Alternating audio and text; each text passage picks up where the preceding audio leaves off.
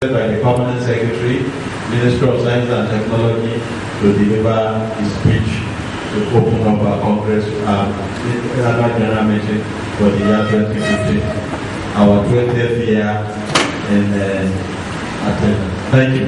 That was give a round of applause to our chairman. And of course, let's give a standing ovation because of the fact that he's been here. That's very, very unique public service.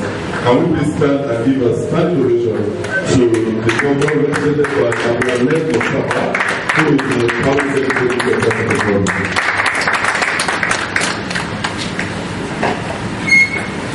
Thank you very much,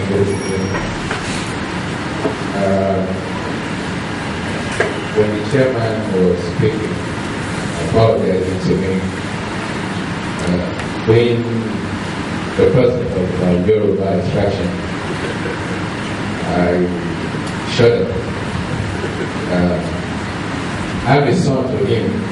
I need to introduce myself at the end of my address.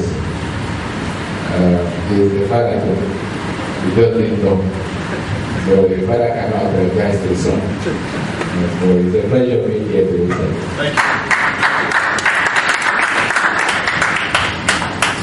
This is the address delivered by His Excellency Mr. Hakim Omiyan, Governor of Lagos State at the Nigerian Internet Group, NIG 2015 Annual Conference and Exhibitions held at Golden Gate Restaurant, 45B Global Road, Ikoyi, on Thursday, 27th of August 2015. All protocol observed. In the last decade, the internet has changed our way of life and the way things are done, spanning individual lifestyles, manufacturing and industry, as well as governance. The traditional economy and commercial system have given way to a new economic platform of online merchandising and logistics management. The internet has really reduced the world to a global village with immense benefits and potential for rapid development. Apart from providing access to information, which is crucial for decision making, the ICT sector has achieved a phenomenal growth, providing employment opportunities for millions of people across the world. This is partly as a result of the ever-growing need for content and applications development for diverse internet platforms, including e-governance, telemedicine, education, agriculture, security, commercial, and financial transactions. Lagos State remains in the forefront of proposals of e-governance with the Oracle e-business application, GIS, and various CRM support platforms. This has impacted tremendously in making government process more efficient and ensuring effective monitoring and implementation of government policies, programs, and projects. However, it is a fact that as a nation, we are yet to optimize the use of internet as a multifunctional resource. Issues of high cost of internet service relative to the developed world, poor internet service to end users, and the use of the internet platform for fraudulent and criminal activities, amongst others, have been identified as requiring utmost attention. There is need for collaboration between government and stakeholders in the ICT sector to address the issue of infrastructure support and other challenges that are germane to achieving greater access of the population to a more efficient and secure internet service. I am confident that the topic of discussion for this conference, internet penetration, the way forward, will provide a roadmap that will facilitate a more focused and result-oriented partnership among all stakeholders. The partnership will, among others, benefit, guide the government in preparing a regulatory framework on usage of the internet platform for individual, institutional, and government purposes according to a global best practice, without compromising national security or breach of individual rights. I congratulate the executive and the entire membership of the Nigerian Internet Group for initiating and sustaining this conference as a platform for industry stakeholders to exchange ideas on issues that will move the industry forward. It is therefore my pleasure to formally declare the Nigerian Internet Group 2015 Annual Conference and Exhibition open for the glory of God, expansion of the frontiers of knowledge, and the benefits of man. Thank you all for your attention and your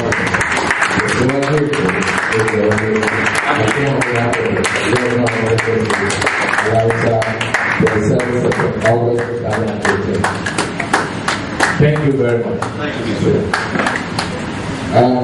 That is the address of His Excellency.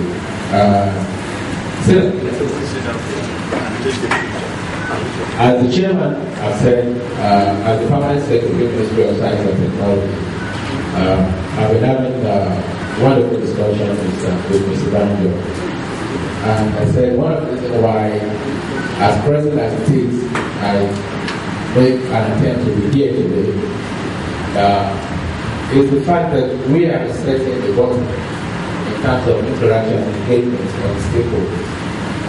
As a government, we've identified ICT and the internet as being essential to promotion of employment opportunities for our activities in the country. This administration, led by His Excellency Governor, is very passionate about increasing the GDP of Lagos State by creating additional employment opportunities. If you look at all over the country and all the various sectors of the economy, the banking sector is not high, the oil sector is not high. When I judge, the jobs are going to come from ICT. So what can any responsible government do?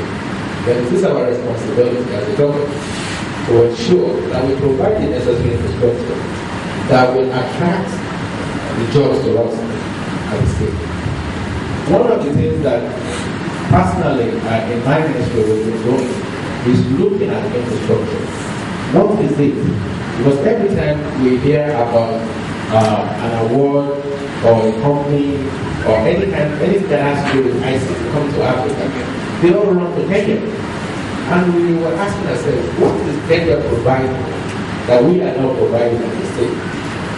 Because we're looking at in terms of GDP, in terms of population, you can consider the population of Lagos State and the economy of Lagos State is the fifth largest in the whole of Saharan Africa. If you are doing anything in the whole of Saharan Africa, if you miss the number in Lagos, that has a ripple effect on the number for the whole of Saharan Africa. So what will now be driving people to Kenya? They don't have our population. They don't have our knowledge. But one of the things that we found is the availability of ICT infrastructure. As for instance, a very robust metro infrastructure that takes the fiber down to the last. Because in my conversation with Mr. Banjo, I said, one funny thing is that as a state, we have about 7 intercontinental terrestrial cables, all of which landed in Lagos State. And to me, it's like a case of water everywhere and not enough to drink. So you will be, it will be hard to find some countries in Europe having 2 of them, not to talk of 7. And all landed somewhere around the Equatorial area in Lagos State, in the whole country. So the challenge for us as a government is now, how do I get that fight down to the last man?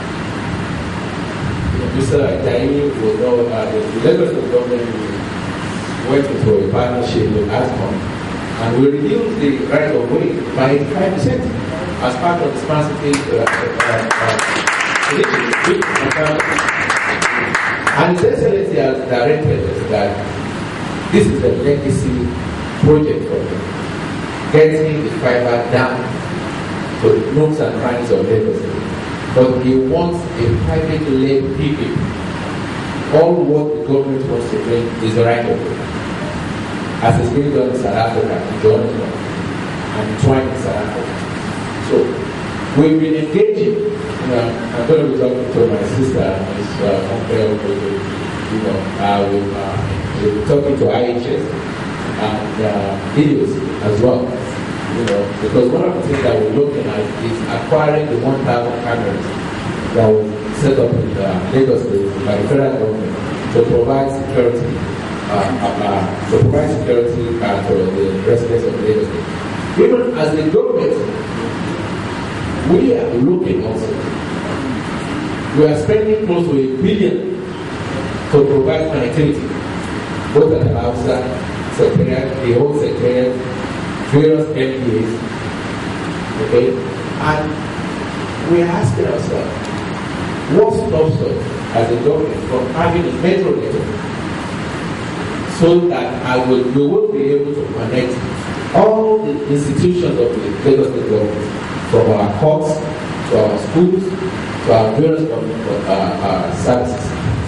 Because with a population of our staff, about 140,000, compared to 21 million people, all of who needs one thing or the other from us.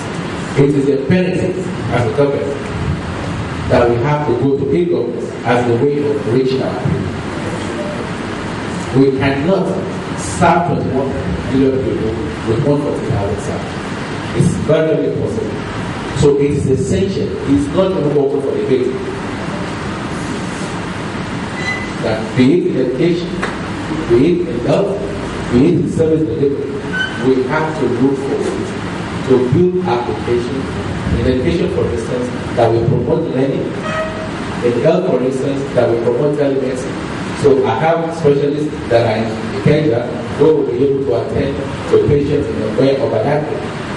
So if I have an internet, a mental network that can convey data, voice, and video, then we'll be able to do all of that. We're spending huge amount of money providing ICT to 120 schools out of 600 schools. Our goal will be to cover all the 600 schools so that our students will be able to have access to the latest of knowledge from any and everywhere in the world.